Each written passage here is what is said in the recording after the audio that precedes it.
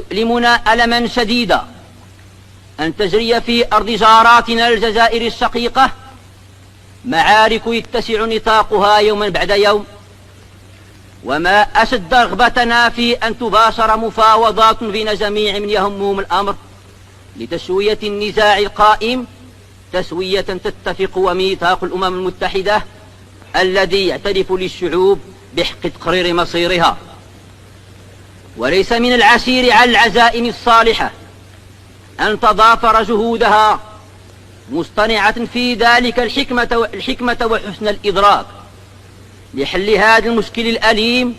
ولوضع حد لإراقة الدماء. إن أملنا لوطيد أن تصبح منظمتكم ملتقى لجميع شعوب العالم ومجالا للاتصال بعضها ببعض وموئلا للتشاور والحوار، وإن رجاء